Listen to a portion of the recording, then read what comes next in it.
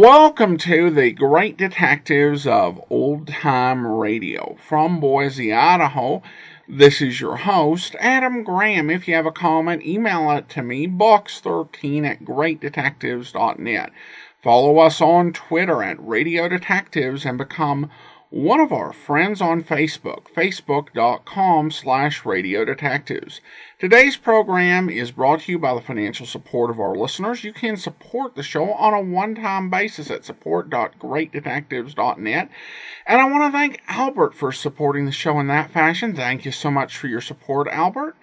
And you can also become one of our ongoing Patreon supporters for as little as $2 per month. Just go to patreon.greatdetectives.net.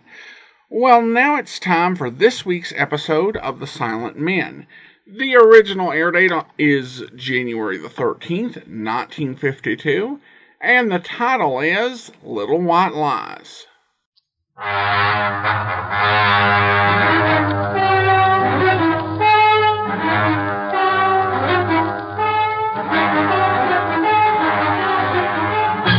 Douglas Fairbanks, Jr. in The Silent Men.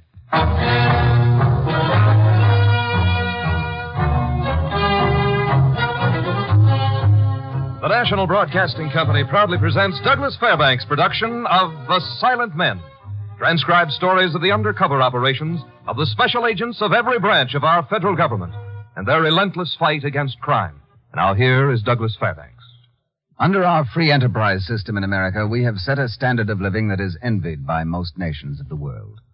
Valuable contraband that slips into the country undeclared can shake this standard. Our only defense against such damage is the Silent Men, special agents of the law enforcement divisions of the United States government. The detection and apprehension of smugglers is their life work. In tonight's story, which I obtained recently in Washington, I will portray one of these silent men, Special Agent Michael Rawson, in the file case entitled Little White Lies, of which only the names and places are fictional.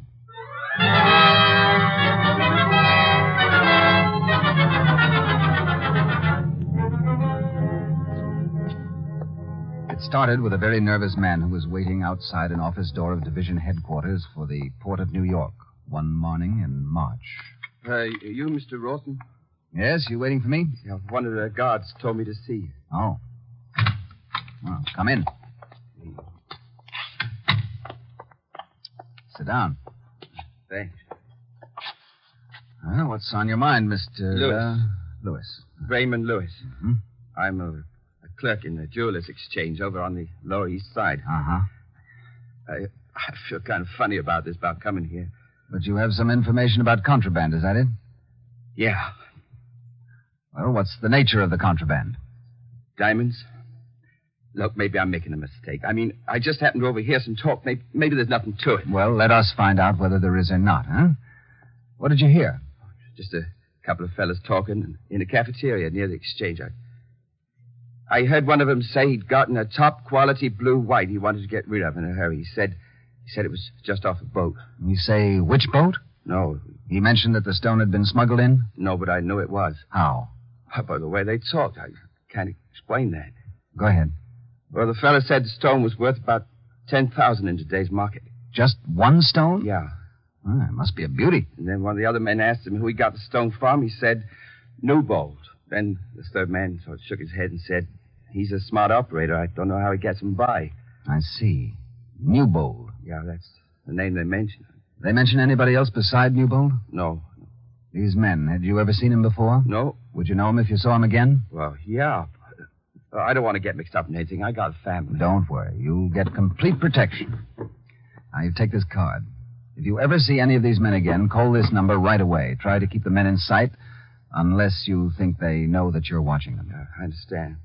If there is anything behind your story and we seize contraband and make an arrest, you'll be in for a pretty good reward. Reward? Yeah. Uncle Sam pays off on good information from a reputable citizen. If we uncover an illegal shipment, it'll be seized and you'll be entitled to 25% of its value. I didn't know that. A lot of people don't. Thanks. Yeah, thanks a lot. Thank you.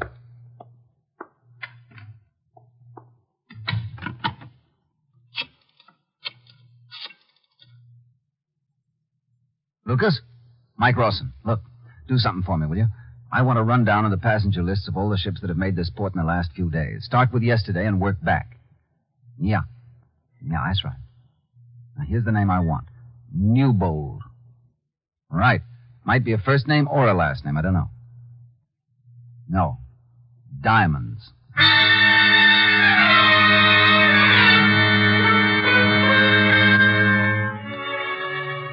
It took a couple of hours, but they found it.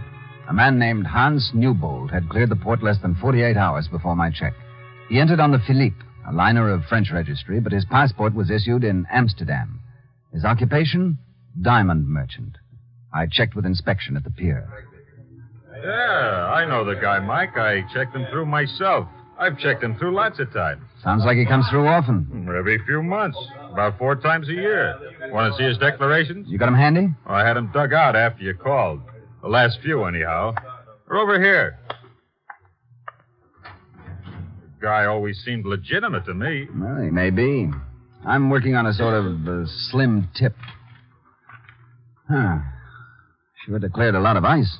Well, it's his business. Ever find anything he didn't declare? No. He's always listed every piece. Values he sets on them are always close to our appraisal, too. Never squawks about paying the duty. Ever given him a good shakedown? Oh, sure. We comb him out every once in a while. Did you comb him out this time? No, just a casual. Well, when and if he comes through here again, make sure he gets the full treatment, will you? You bet, if you say so. This is his full declaration for this last trip, is it? It's all there. Best piece he brought through is evaluated at $2,700. Anything wrong with that? Well, plenty of my source of information heard right. I'm looking for a piece he didn't declare, with a market value of $10,000.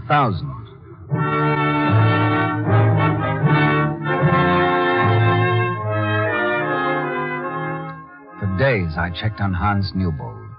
He seemed open and above board in selling his merchandise in the United States. He sold to legitimate firms through legitimate channels, and every sale we ran down covered stones listed on his declaration. His contacts were above reproach.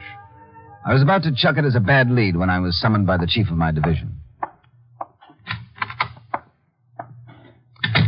You want to see me, Mr. Bender? Yeah, Mike. How are you making out on that Newbold case? I should be giving my salary to charity.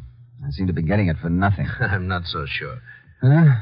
Why not? That statement you got from that Lewis fellow, Raymond Lewis? Oh, the clerk from the Jewelers Exchange. Yeah, I happened to read it.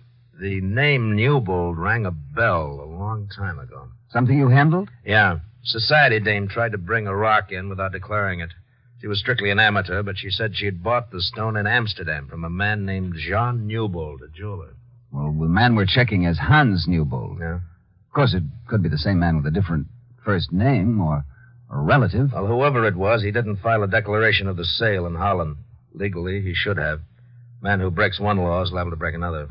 Well, how about wiring our Amsterdam division to get a make on Newbold, Hans or John? No, that's been done. We'll have an answer by cable tomorrow. But on your way out, take a look at the return passenger list of the Philippe. Newbold's going home? Uh-huh. Oh. Now, don't let it throw you. We got nothing to hold him on anyhow. Well, maybe we'll get something the next time round. He's been crossing the ocean a lot lately. He'll be back.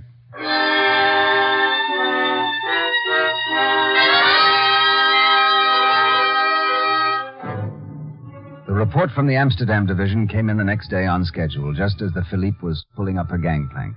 We could see her nosing out into the harbor, being bullied along by the tugs.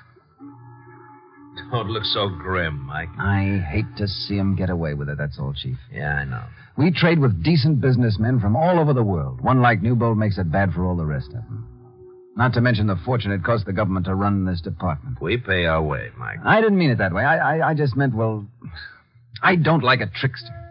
He's got a good business. He makes enough on the stuff he declares. Come on now, cool down. Read that cable. Okay. Is it? Mm-hmm. Brothers, huh? Yeah, but the one called Jean was killed in a fire.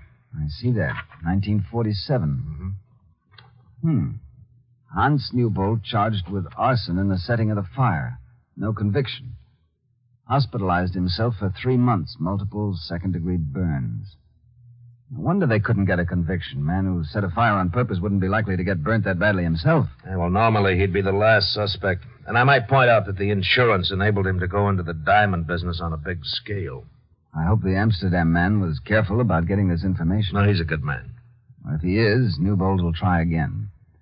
I don't want him scared off before we know how he's doing it. It'd get him out of our hair. Yeah. But maybe his trick can be taught to somebody else we're not watching. Well, don't worry. When Hans Newbold pays us another visit, we'll be on the dock waiting for him.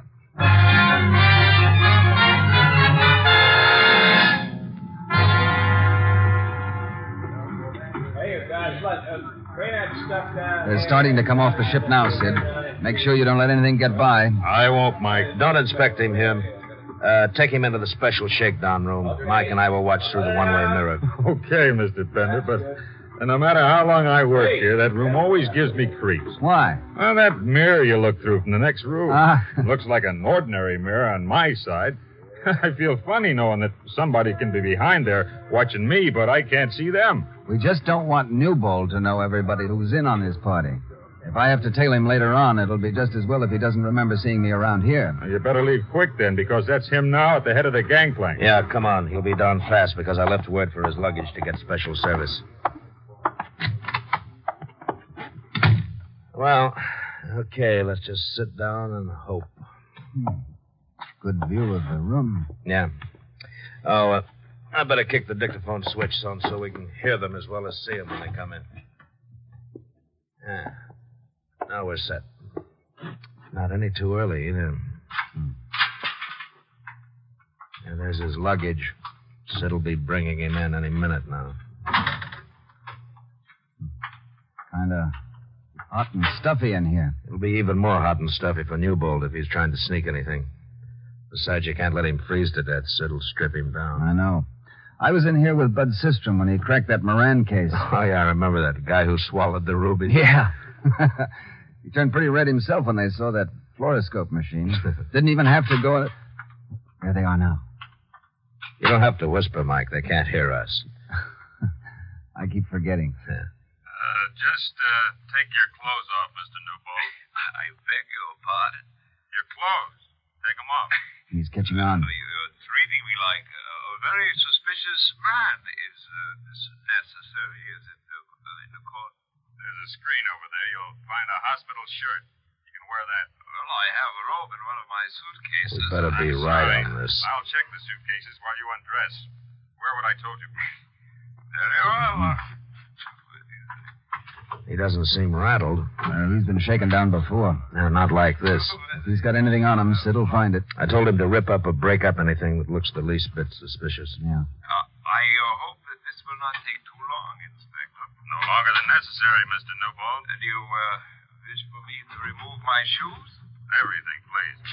Inspector, what are you doing to my suitcase? Just ripping out the lining, Mr. Newbold. This is outrageous. I'll protest. This is a very fine luggage here. It'll be replaced or paid for, Mr. Newbold. And, you'd better take off those shoes. Did you notice that? Yeah, he kind of grinned. He doesn't care about that bag. It was just an act. Kind of a funny grin, like it hurt him. Something funny about his face. Yeah, I noticed that, too. Strange face, almost like a mask. Kind of lifeless. Especially the right side of it. It's pale. Yeah. Can't see it his face, though. He isn't hiding anything there. I know. Oh, sure. What? That fire, remember? Oh, yes, that's what it is, all right. Skin grafts. Really must have been burnt, all right. Well, you can't hide a diamond under grafted skin. Not without looking lumpy. Put all your clothing on this table, Mr. Newbold. I'll take the shoes first. As you wish. You can sit on the stool until I finish with these things. I suppose I'll be examined through this fluoroscope. I'll call the technician when we're ready for that. I assure I'm you just that... following established procedure, Mr. Newbold. Just so you don't get excited, I'm going to take the heels off your shoes. Split the soles. Well, so long as you buy me new ones, go ahead. Might as well turn this thing off. We're not going to find anything on him. I'm afraid you're right. What time is it? It's 2:20. By 3 o'clock, there'll be nothing left to search, and we'll have to let him walk out of here. Well, if he's innocent, Mike, there's nothing else we can do. He's not innocent. Look, now, don't let your feelings override your judgment. I'm not. I can just feel it through that phony mirror. There's something about that face, about the way he grins behind Sid's back. You're really hot, aren't you? Yeah. And I'll tell you why. If he didn't have anything on him, he'd take that search without that deadpan grin. There can be only one reason for that grin in my book. He's smuggling something into this country right under our noses. And he knows that we're not going to find it.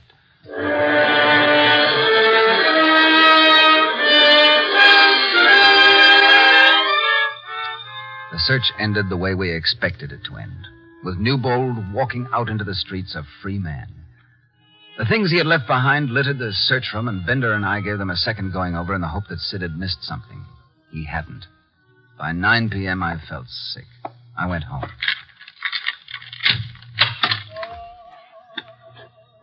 That you, Mike? Yeah, honey. I was wondering where you were. Got stuck on something. Where are the kids? In bed. It's after 9. Did you eat? I'm not hungry. Oh, I can fix you something. No, thanks, honey. Is anything wrong? Just tired. What have you been doing? Just playing some records. Oh, there's some man wants you to call him. Who? Well, he wouldn't leave a name, just a number. It's on the phone table there. Oh, thanks. I'm sorry about dinner and the game, honey. I should have called. If you ever did, I'd faint. I better turn this thing off. Is this the number? Yes, Sid.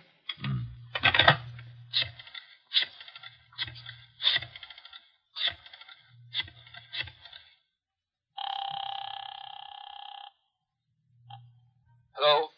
I got a message to call this number. Mr. Rawson? Yeah. Who is this? Raymond Lewis, the Jewelers Exchange, remember? Oh, yeah, Lewis. I tried to get you at your office this afternoon, but you were out someplace. I couldn't reach you. What's on your mind? I saw one of those men again today. You know, the one I told you about with the diamond? Where? Down near the exchange again. He was standing on a corner, so I went into a store to call you. Then somebody picked him up in a taxi. I couldn't get the number. You say he was picked up by the cab? He didn't call the cab? No, there was somebody else in it. He must have been waiting for him. Did you see the man in the cab? Yeah, he leaned out the window for a second when the cab stopped. You notice anything strange about his face? Well, yeah. Yeah, one side of it was kind of white, funny looking.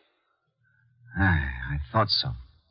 Okay, Lewis, thanks. I'm sorry I can't tell you any more. Oh, you told me enough. You know the man in the cab? Maybe. Think you're going to find anything? If I do, you'll hear from me. Sure. Bye, Mr. Rawson. Goodbye.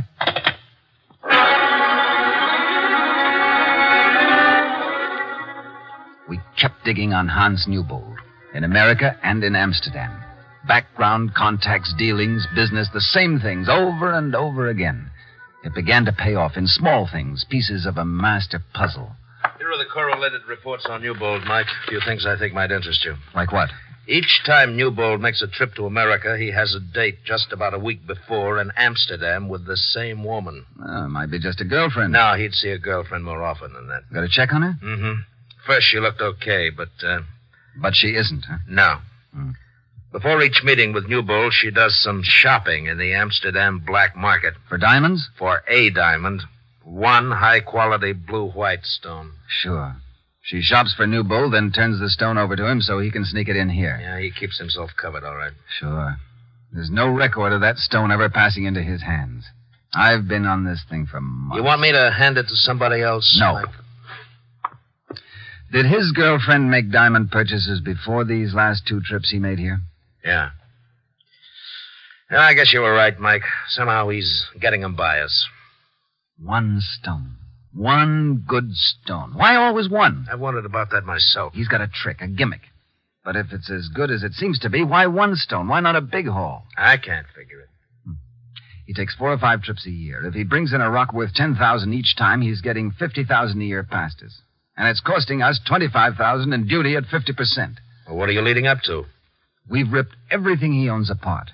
He couldn't have hidden the head of a pin in his baggage with that last shakedown we gave him. So? The stone is on him, on his person.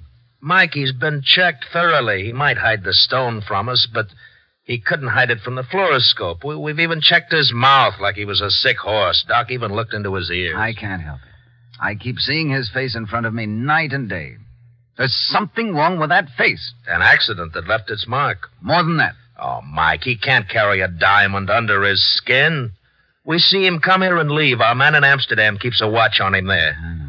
If there was some gimmick connected with his skin, the diamond would have to be sewn in and cut out, and even the best plastic surgeon in the world couldn't do that without having the man bandaged or something. You can't cut open a face and let it heal in an hour. It There's just won't still do it. something that I... Oh, excuse me. Sure. Bender speaking. Yeah. Yeah, that's right, I did. Uh-huh. What flight? All right, I got it. Thank you. Well, speak of the devil. Something about Newbold? Yeah, he's paying us another visit by air this time. When? His plane gets in here tomorrow night at midnight. He'll come through Idlewild. Let me get out there. Let me shake him down myself. I want to look at that face close up. Mike. What's the matter? I don't like to do this. Do what? Mike, I'm going to take you off this assignment. Well, do you mind telling me why? Because you're losing your perspective. It happens. It happened to me. But Now, don't make it hard for me, Mike.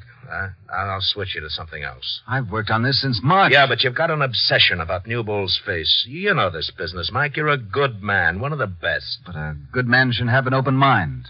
He should get his ideas on the spot and not in advance. Is that what you're trying to say? That's been said to all of us 100 times. Yeah. You're concentrating so hard on Newbold's face because of an old accident that he could carry a stone past you in his clenched fist and you'd never find it. I'm sorry. Oh, it's all right, Mike. Since the lecture comes from me, I might mention that I wasted a whole year on Negrado, the dope sneaker. For a whole year, I concentrated on an elaborate shaving brush he carried. Then finally, somebody found what I was looking for in a toothpaste tube. You don't want me out there tomorrow night, then, huh? I'll handle it myself. Why don't you go home and spend a pleasant evening with Doris?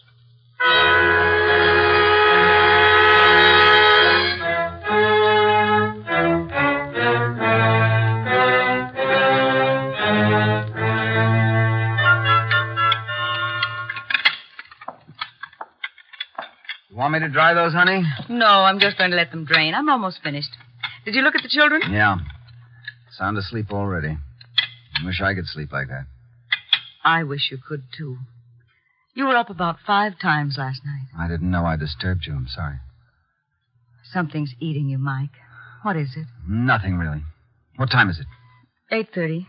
10 minutes later than it was the last time you asked. You going someplace? No. Well, I'm finished here. Good. Harry and Charlotte coming over? No, he has his Naval Reserve meeting tonight. Come on, let's go into the living room. Darling, I could call Mother and ask her to come over and sit. We could go to a movie. No, I'd rather not tonight. Well, sit down and relax. You're always in such a stew. I'm just trying to think of something. It keeps getting away from me. Anything I can help with? No, I'm afraid not. How about some music? That'd be nice. Well, what do you want to hear? Oh, I don't know. Bach? No, sir. Something dreamy and sentimental. Well, now, the Irving Berlin album. How's that? Do you mind? What do you have for a starter? Little White Lies. Little White Lies it is. Played by your favorite husband and built-in disc jockey.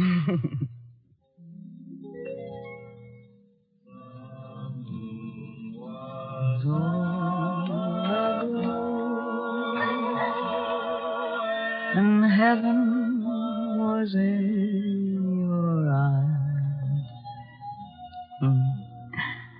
You remember that, Mike? Mm-hmm. We were still in grammar school. Or was it high? Starting high. Uh-huh. You didn't like me then. Says who? You didn't. You used to scowl at me. You scowled at all the girls. I did not. I was charming. Oh. What? Children's report cards. I left them for you to sign. My daughter Judy is doing fine, but your son is... Still can't read, eh? Well, a C isn't too bad. Not after a string of D's, didn't. But you told me. I love those words, Mike. Heaven was in your eyes. Hey, incidentally, speaking of eyes, do you think Donnie might need glasses? Maybe that's why he's slow in reading. Maybe if I took him to an oculist, I could... Mike, what's wrong with you, darling? Your face is so pale. That's it. That's it.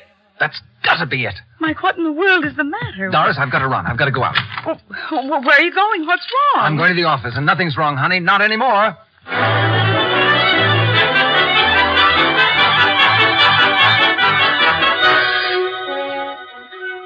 I reached the office at 9:30. It gave me 2.5 hours before Newbold's plane would hit the landing strip at Idlewild. I checked a few things so I'd know where to get the information I needed. Then I placed a transatlantic call to the police in Amsterdam, Holland. I asked for a complete rundown on the hospital record of Hans Newbold. It took almost 2 hours before they got back to me, but the answer was right. I came out of the building on the run and jumped into a moving cab. Newbold's plane had just started to unload at the international enclosure when we barreled through the gate.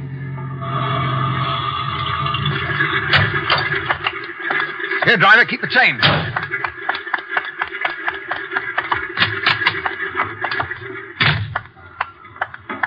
Hi, Chief. I thought I gave you the night off, Mike. You'll be glad I didn't take it. Where's Newbold? I'm in the shakedown room. I'm waiting for an inspector. Never mind the inspector. Get a doctor. You know what you're doing, Mike? I know. All right. Doc! Right with you, Bender. This is important. Come here. Well, what is it? I want you to help us with something. Which room? Over here. His luggage isn't off the plane yet, though. We don't need his luggage. Well, gentlemen, my welcoming committee grows larger with each visit. Don't fret about it, Mr. Newbold. This is the last time. You want him to strip? It isn't necessary. Take the man's right eye out, Doc. What? I warn you that I've been subjected to enough indignities. I shall call the consulate. Take a good look at that eye, Doc. That's why the whole side of his face looks dead. It's a glass eye. Isn't it, Mr. Newbold? Yes. You're right. Sure. Nobody looked at his eyes too closely. The skin graft scars got all the attention. His luggage got the attention. And we don't fluoroscope a man's head. What about it, Newbold? Make it easy on yourself. This is the first time I... You can save that. You've had a high-quality blue-white cemented inside that false eye every time you come through this country. You want to make it easy on yourself, just give us a list of your customers. We'll send in the guard, Doc. You wait here until Mr. Newbold turns in his evidence. Come on, Mike. Well, that eye business wasn't just a guess, huh, Mike? No. I called the hospital he was treated at in Amsterdam at the time of the fire. I figured with burns like he had... Now, that's good thinking, Mike. It fell on me like a mountain. A song about eyes. And the fact that my son can't seem to learn his reading lessons. Hey, I gotta hop ahead and get home. Oh, no, you don't. You've got reports to fill in, my boy. Oh, no, I haven't, sir. You took me off the case, remember? What the devil are you... Now, look. You took me off. You fill out the reports. I left my wife feeling very tender and sentimental. And you told me to spend the evening with her. So? You've got your orders. Well, go ahead. And give Doris my best regards.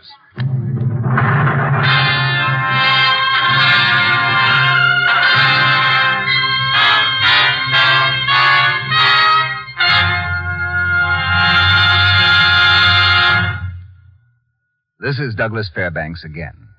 The interruption of Hans Newbold's smuggling operation closes another chapter in the distinguished chronicle of our silent men, the special agents of all branches of our federal government, who daily risk their lives to protect the lives of all of us.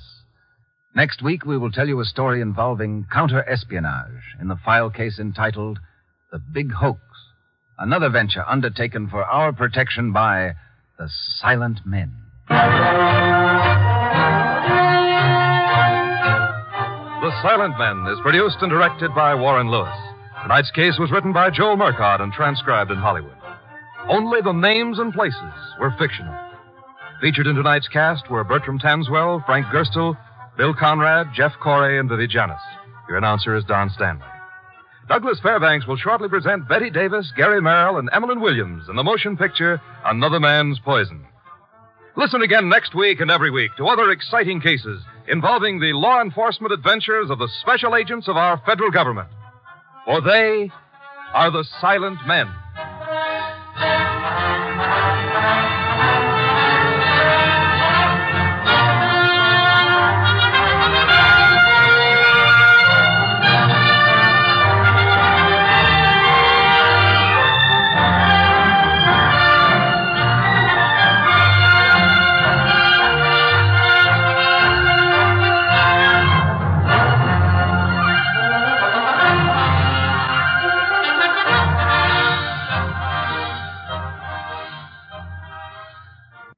Welcome back. Well, an interesting episode, and I did like how the humanity of the federal agents was portrayed, with it being a situation that he just got too obsessed with the case to be able to effectively work it and had to take a step back. Which does make sense, in any job where you've got to analyze things and try and solve problems, you can just get so much tunnel vision that you can't figure out what you're doing. And I think his boss was absolutely right to have him step away. And of course, he does end up solving the case when he is not totally obsessed with it. I also appreciated the boss just saying, yeah, this happened to me. This is a type of thing that happens.